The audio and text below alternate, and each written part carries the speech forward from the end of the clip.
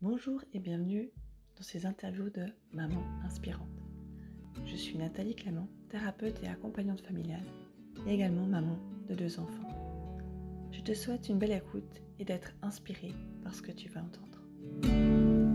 Et bienvenue dans ces interviews de Maman Inspirante.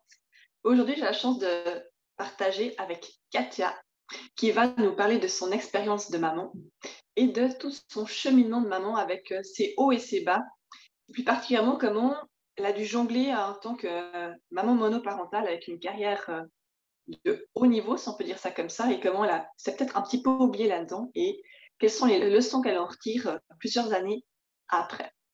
Donc, bienvenue Katia, merci d'être là avec nous. Merci beaucoup, merci de m'avoir invitée, c'est un grand plaisir.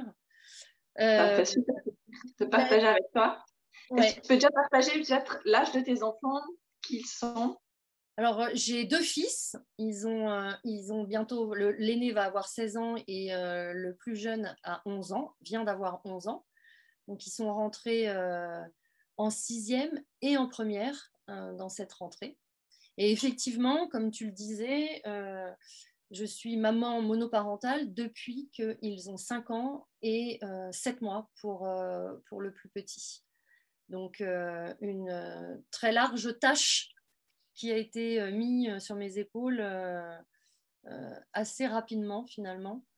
Et dans une situation où la garde était chez moi et que le papa donc était en garde sur un week-end sur 2 et à la moitié des vacances scolaires. Donc, comme tu le disais, effectivement, j'étais en pleine ascension dans une carrière commerciale et ça a chamboulé beaucoup de choses. Et j'ai essayé de tenir pendant de très nombreuses années le rythme, on va dire. J'ai surtout pas voulu choisir parce que finalement, choisir, c'est renoncer. Et je voulais absolument pas renoncer ni à ma carrière, ni à mes enfants. Et du coup, je suis rentrée effectivement dans un engrenage, parce que c'est vraiment ça que j'ai envie de dire aux mamans, dans un engrenage d'essayer de tout bien faire, au détriment, en tout cas, d'une seule et unique personne qui est moi, en fait. Donc, je me suis laissée de côté complètement pendant presque une décennie. Mhm. Et comment tu gérais ce truc où tu travaillais, j'imagine, de nombreuses heures par semaine, plus à côté de ça, tu devais gérer tes enfants seule. Comment tu Oui. tenais le coup? En fait, à l'époque, le petit, il était en assistante maternelle et le grand était, le grand, il venait de rentrer en CP.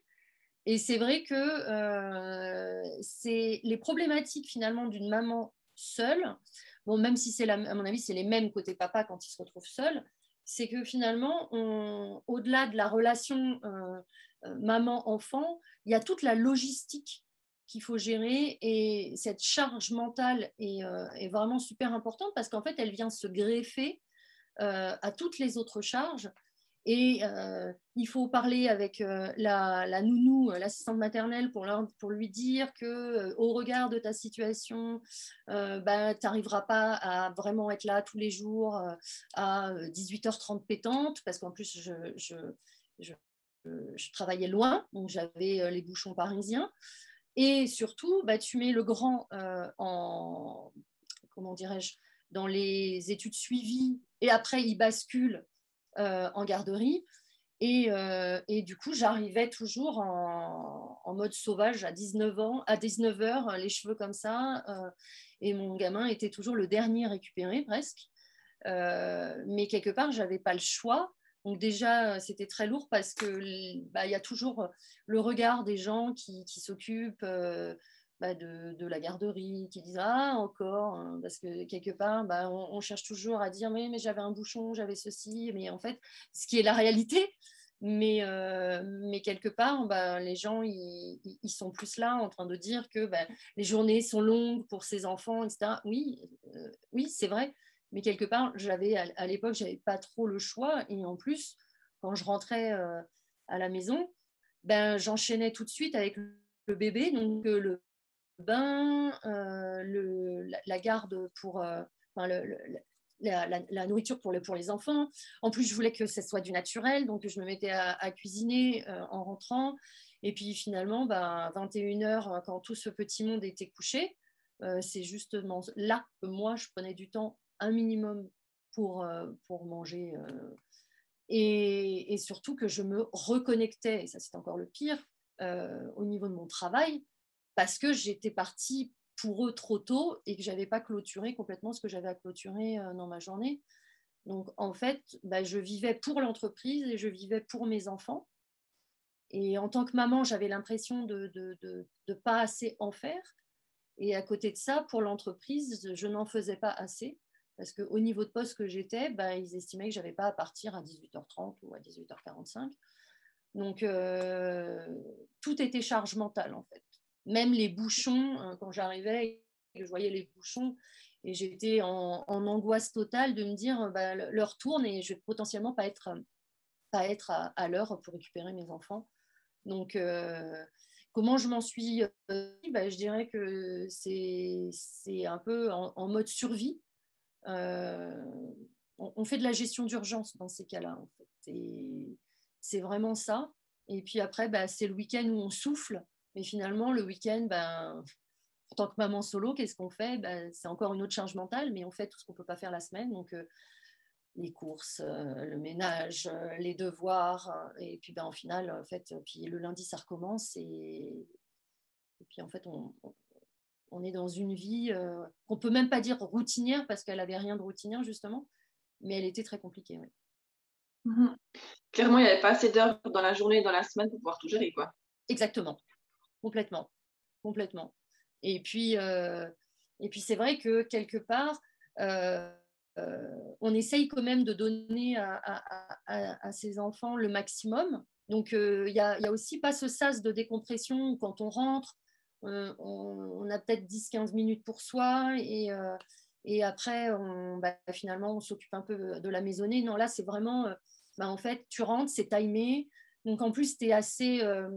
moi, j'étais beaucoup sur les nerfs, donc je criais parfois parce que je voyais leur tourner et que quand on dit à son fils de se déshabiller pour aller prendre le bain et que lui, du haut de ses 6 ans, il a tout sauf envie de répondre du tac au tac. Et tu te dis que, en fait, pourquoi tu lui as crié dessus? Donc, tu culpabilises encore plus parce que tu lui as crié dessus. Et en fait, quelque part, tu passes ta vie à culpabiliser, quels que soient les étages. Et on te culpabilise aussi, hein, soit dit en passant, même parfois la famille très proche. Et du coup, oui, c'est très compliqué de gérer tout ça, quoi, en tout cas. Et du coup, tu as tenu comme ça combien d'années? J'ai tenu longtemps parce que je me suis séparée du papa, mon dernier, il avait 7 mois. Et j'ai tenu jusqu'à 8 ans à peu près. 8 ans, oui, c'est ça, 8 ans.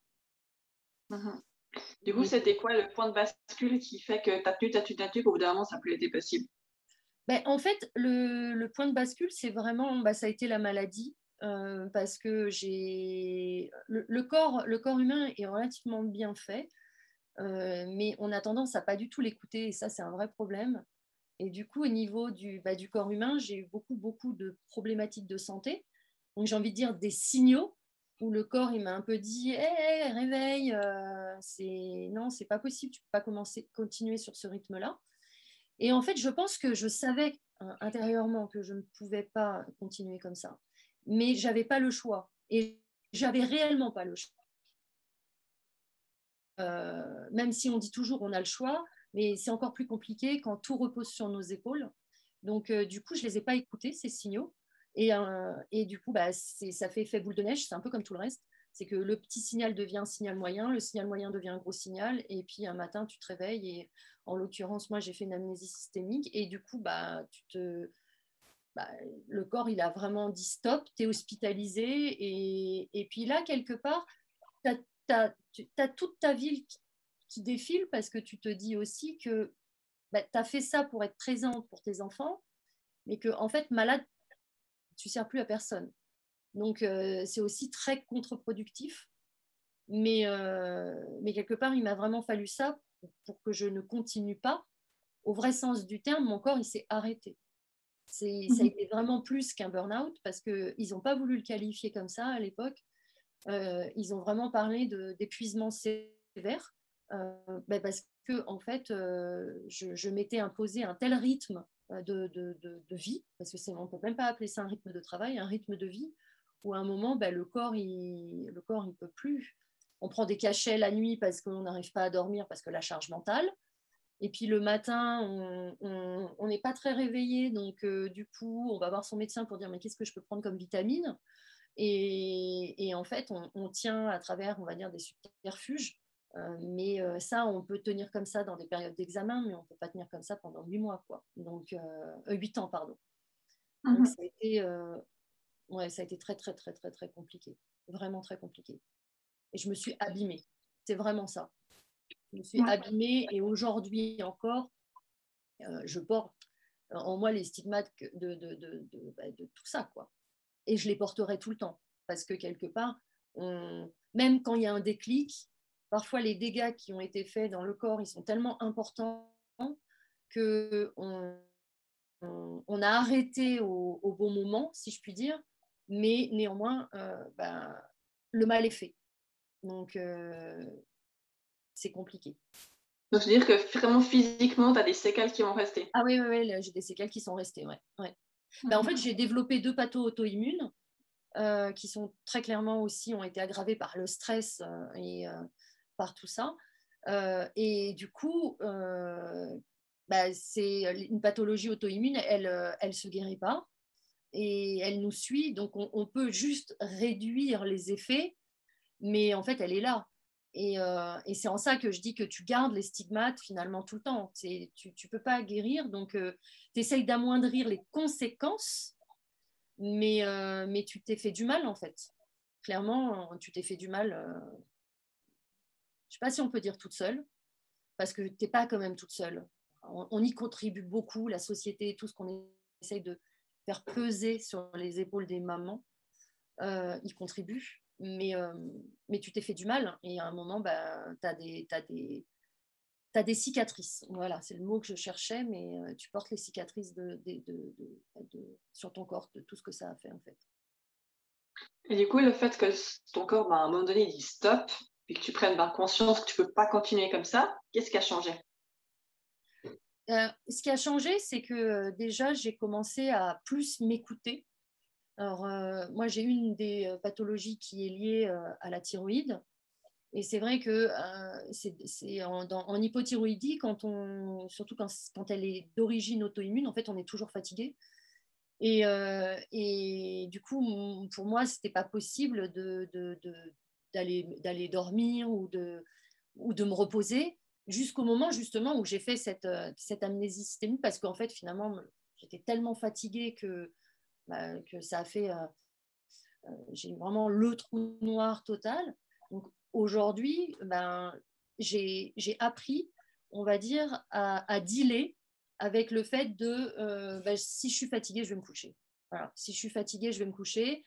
Même si potentiellement, je viens de déposer mon fils à l'école, qu'il est 9 heures et que, a priori, une personne normale ne va pas se coucher à 9 heures du matin.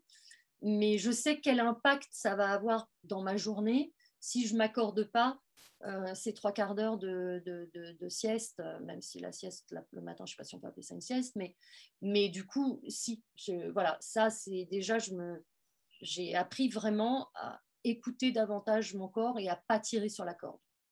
Donc, c'est tous ces moments-là où finalement, aujourd'hui, parce que moi, j'essayais d'être tout le temps avec mes enfants, donc je sortais même plus avec des copines, sauf quand ils étaient chez leur papa.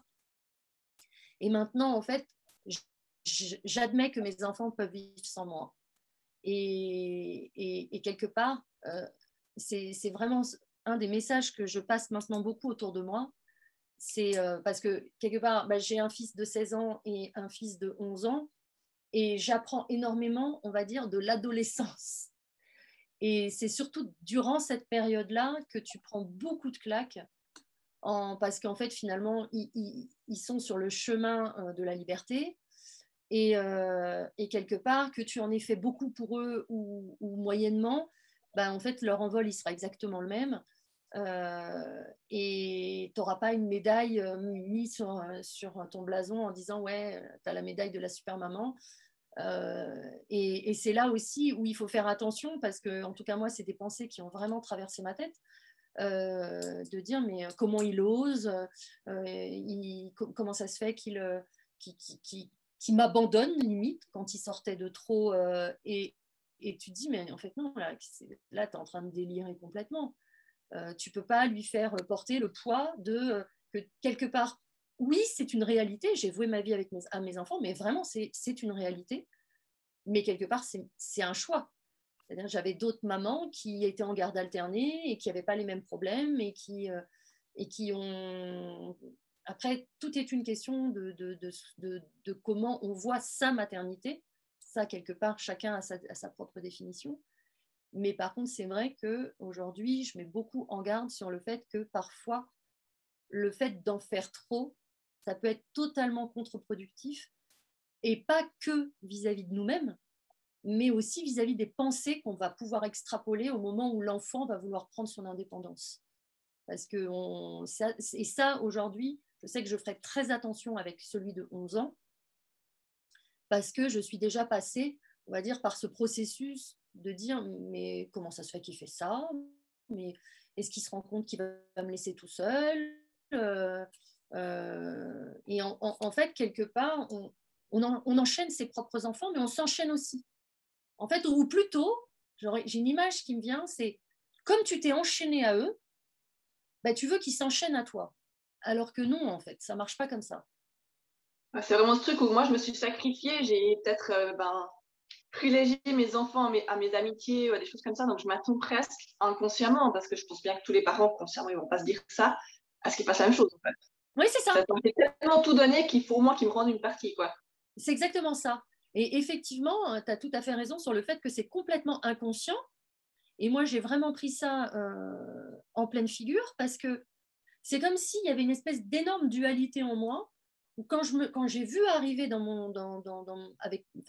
me suis parlé à moi-même si tu veux, mais quand j'ai vu arriver ces pensées de dire mais comment ça se fait et pourquoi, ben, j'avais quand même une partie de moi qui analysait ce truc-là en disant non mais attends c'est quand même pas normal que tu réfléchisses comme ça, il te doit pas donc quelque part en fait en tout cas moi j'avais un gardien si je puis dire pour pas lui balancer tout ça, mais les idées sont quand même venues en moi.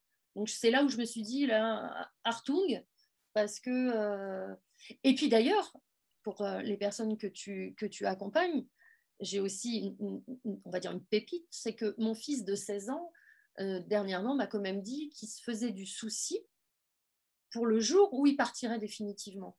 Et quand il m'a dit ça, je lui ai dit mais pourquoi Ruben tu te fais du souci comme ça? Il me dit bah parce que tu vas être toute seule. Et en fait, je me suis dit que la charge mentale que je me suis, dans laquelle je me suis mise depuis presque 10 ans maintenant, ben en fait, mon fils est en train de la porter à son tour. Et ça, je veux surtout pas. Ça, on a eu de très grosses discussions. Que je veux surtout pas qu'il culpabilise et qu'il reste à la maison parce qu'il a peur que maman finalement soit toute seule derrière en fait. Donc, C'est comme si, dans l'inconscient familial, tes enfants avaient ressenti ce côté sacrifice et que maintenant ils se sentaient une partie redevable, presque, en fait. c'est exactement ça. C'est même pas comme si, c'est vraiment ça. Parce que aussi, dans mon histoire, le papa, il n'était pas tellement là, présent. En tout cas, il assumait un rôle complètement différent. Et donc, quelque part, mes enfants ont ce repère de se dire, maman, elle a fait ça, alors que papa, il a fait ça. Donc, du coup, le rapport au papa est pas du tout le même, c'est-à-dire qu'ils ne se poseront pas le tiers ou la carte de la question de s'ils veulent partir, parce que quelque part, comme leur père a vécu sa vie aussi, bah, si tu veux, ils sont moins ils se culpabilisent moins, je pense, eux-mêmes, de se dire, bah, si j'ai envie de faire ça, après tout, je le ferai, parce que de toute façon, lui, il a fait ça. Donc, je pense que c'est difficile de se rendre compte à quel point, et vraiment j'encourage les mamans vraiment à écouter ça, c'est que c'est très difficile quand on est maman dans les premières années de vie de ses enfants, de se rendre compte finalement à quel point parfois toutes les choses que l'on fait avec le cœur, avec l'amour qu'on a pour eux, peuvent parfois se révéler complètement contre-productives bien des années après. Et du coup, c'est assez compliqué parfois de se dire bah, j'ai sacrifié ça, je ne suis pas sortie avec mes copines, j'ai arrêté le sport, etc. Alors que bah, finalement, tes enfants vont aller au sport, donc tu vas aller accompagner tes enfants à toutes les activités qui ne seront jamais les tiennes. Et puis encore une fois, on ne va pas te mettre la médaille. Voilà. Et après, tu rentres dans ah ben, j'ai pris du poids parce que j'ai arrêté le sport, etc. Je ressemble à plus rien. Et finalement, quel que soit le prisme par lequel tu te tournes, bah, tu te culpabilises tout le temps, en fait. Donc, c'est assez pourri, quoi. Du coup, avec ton retour de bientôt 16 ans de parentalité, qu'est-ce que tu dirais à la Katia qui était jeune maman? Ben, ce que je lui dirais, c'est déjà de ne pas se mettre une pression autant que je me suis mis comme pression. Parce que quelque part, plus on vit avec de la pression, et moins on vit, en fait. C'est-à-dire que je crois que j'ai mis 10 ans à comprendre l'instant présent. Ça peut paraître fou, mais quelque part, en fait, tu es toujours dans le coup d'après. Parce que c'est un peu comme la croissance d'ailleurs. Hein. Je comparerais ça limite à une paire de chaussures que tu achètes pour tes enfants. Tu as du 19 et finalement tu sais très bien que d'ici quelques mois il va être dans du 20 et donc tu es déjà dans. Et en fait, tu vis pas ce qui est dans l'instant présent. Et ça, moi j'encourage vraiment les mamans. Ça peut paraître bateau, mais ça l'est vraiment pas. De vraiment finalement des instants présents avec leurs enfants et moins de se mettre la pression sur qu'il faut aller éplucher la carotte qui va bien parce qu'il faut qu'ils mangent bio et il faut qu'ils soient ceci, cela. Enfin, à un moment, on ne peut pas être parfaite partout. On ne peut pas être la parfaite cuisinière, la parfaite maman qui joue avec ses enfants. Il faut admettre certaines choses et il ne faut pas se forcer dans tout parce que quelque part, on devient acariâtre, on devient rancunière, on devient aigri. Et c'est pas ça que les enfants, en fait. Enfin, voilà. Moi, je sais que j'avais des copines qui donnaient un bol de céréales le dimanche soir à leurs enfants. Moi, j'étais là en mode, c'est quoi ça pourquoi, comment et au final, bah, ces enfants, ils n'étaient pas plus malheureux parce qu'ils mangeaient un bol de céréales le soir, quoi. Donc, en fait, on se met la pression partout. Et du coup, on rate beaucoup de choses, je trouve. Ouais, En c'est ayant ça en fait. la sensation d'être toujours là. C'est quand tu es sous pression, sous le stress permanent, ce qu'on disait au début, c'est le mode survie. Et C'est le ça. mode survie, ça impacte réellement notre cerveau, ce qui fait que tu zappes des moments en fait. Ça impacte ta mémoire, Mais ça impacte plein de choses. complètement. J'ai zappé parfois des pans entiers parce que en fait, cette notion de charge mentale, elle est vraiment là. En fait, on pense à tellement de choses et notre cerveau est quand même relativement bien fait à ce niveau-là. C'est que, à un moment, on ne peut pas être partout, retenir tout et faire tout bien. Donc ça veut dire que quelque part, le cerveau agit en mode je fais un peu le ménage, je retiens ce qui est l'essentiel. Et souvent, tu retiens l'urgence parce que c'est ce qui arrive. Et tu te rends compte que, ah mince, on est parti pendant ces vacances-là, mais j'étais plus sur qu'est-ce qu'ils vont manger alors qu'ils étaient en train de faire leur château leur château de sable, alors que potentiellement, c'est pas grave, tu aurais fait le château avec eux, ils n'auraient pas mangé à 20h, mais ils auraient mangé à 21h, et il n'y avait pas péri dans la demeure, quoi. Et aujourd'hui, alors ils sont plus grands, mais aujourd'hui, je me mets plus du tout la rinte au courbouillon de la même manière. C'est-à-dire que c'est parfois eux qui me disent maman, il est 21h, on mange quand? Et là, je me dis ah oui, oui, non, mais ça y est, j'y vais. C'est-à-dire que en fait, j'ai lâché. Il y a certains sujets sur lesquels j'ai lâché. En fait, je pense qu'il faut aussi beaucoup rendre nos enfants autonomes. Parce que moi, du coup, le premier effet de ce trop, ça s'est vu sur mes enfants quand on a été à un moment en famille recomposée pendant presque 5 ans, où quelque part, ils ont été confrontés à des enfants complètement différents, à un beau-père complètement différent, qui leur a dit non mais tu débarrasses ton assiette, tu remplis le lave-vaisselle, et en fait moi je faisais tout. Je faisais vraiment tout. Et en fait, mes enfants étaient des assistés, hein, clairement. Donc, et c'est pas leur rendre service non plus.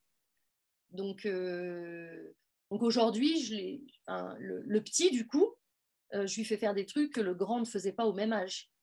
Et c'est des petites choses, mais c'est des petites choses qui fait qu'ils se rendent plus compte aussi de ce que toi, tu fais, parce qu'ils le font eux-mêmes.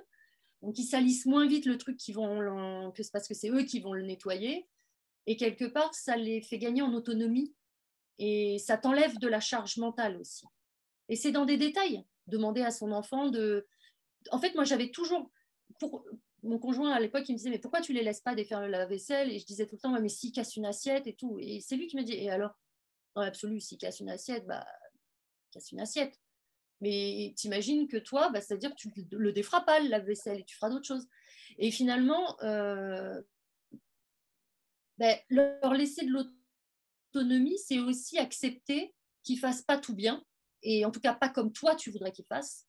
Et c'est aussi finalement, ça apporte à l'enfant finalement autant que ça t'apporte à toi. Donc vraiment, moi, ce que je dirais aux mamans aussi, c'est de lâcher prise, de laisser faire, d'accepter de déléguer, même si c'est pas fait comme elle aurait voulu que ça soit. Finalement, j'ai un souvenir qui me vient là, d'un coup. Un week-end où mon fils de 5 ans avait été chez son papa. Et le lendemain, il y avait une fête de l'école. Et donc, il est venu avec son papa parce qu'il dormait. Moi, je suis venue en tant que maman pour la fête de l'école. Et il est arrivé avec une espèce de crête sur la tête. Alors, pas la crête de punk, hein, mais son père avait ramené ses cheveux comme ça. J'avais trouvé ça épouvantable à l'époque. Et j'avais fait tout un caca nerveux, mais vraiment pour dire, mais non, c'est pas possible, rabat-moi ses cheveux. Toujours le regard des autres, qu'est-ce que vont penser les gens avec mon fils, qui machin. Et puis finalement, aujourd'hui, si mon fils arrivait comme ça, la maman d'aujourd'hui que je suis dirait, ah ouais, c'est mignon, c'est rigolo. Je t'aurais pas coiffé comme ça, mais ça te va très bien. Et en fait, c'est aussi voir les choses, même les choses qui t'agacent de la part du papa, parce que c'est pas comme ça que toi tu les aurais fait, mais potentiellement lui il est aussi en droit de se dire c'est pas comme ça qu'il aurait voulu que tu fasses, et pour autant il t'a laissé faire. Donc c'est aussi ça, lâcher prise, c'est d'accepter aussi que le papa il fasse à sa place, et qu'on ait moins d'exigences vis-à-vis de ce que fait le papa, parce que finalement on transpose l'exigence qu'on a vis-à-vis de nous-mêmes à tout notre entourage. En fait, la pression, elle est partout. Et on peut pas vivre c'est vraiment ça. C'est, pour moi, on ne peut pas vivre l'instant présent quand on est pressurisé tout le temps de cette manière. Et moi, je vivais en cocotte minute tout le temps, de toute façon. Merci beaucoup pour ce témoignage et ces belles pépites que nous a partagées, qui, je suis sûre, vont faire leur petit bonhomme de chemin chez toutes ces mamans, parce que c'est vraiment ce que je ressens le plus souvent avec les parents que je suis, c'est vraiment tout ça. Donc, c'est top de pouvoir passer ton vécu, puis ce truc où tu as déjà pris un petit peu de hauteur par rapport à tout ça, parce que tu retrouves dans le produit. Donc, je trouve ça vraiment génial. Merci beaucoup, beaucoup. Le mot de la fin, est-ce que tu aimerais nous dire quelque chose encore sur qu'est-ce que c'est être maman pour toi? Pour moi, être maman, c'est vraiment, c'est un cadeau déjà, bon, et c'est un cadeau pour soi, mais c'est un cadeau pour les enfants. Et ce que je veux dire par un cadeau pour les enfants, on en parlait avant qu'on lance cette interview, c'est que ce que l'on donne à nos enfants, on ne doit rien en attendre en retour. Et c'est en ça que je dis que c'est un cadeau. Parce que pour moi, de faire un cadeau à quelqu'un, on ne fait pas un cadeau pour qu'il nous en fasse un. Et donc la maternité, pour moi, c'est un cadeau, tout pour parce que malheureusement, pour certaines mères, elles n'arrivent pas à avoir des enfants.